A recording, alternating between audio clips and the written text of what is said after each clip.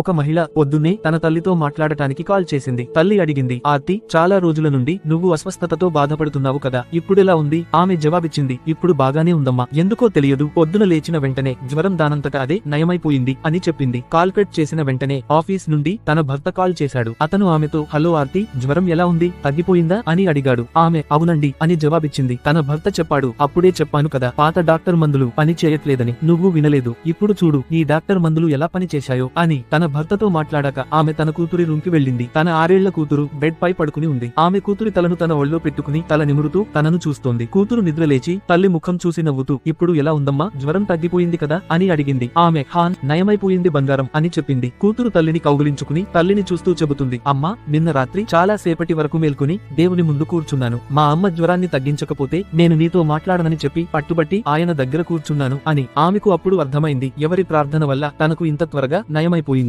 ఇప్పుడు కాబట్టి మన తల్లిదండ్రులను మనం ఏవైనా చిన్న విషయాల్లో బాధ కలిగిస్తుండొచ్చు, కానీ ఒకప్పుడు మనమందరం కూడా కల్మషం లేని ఆ పసి హృదయాలమే.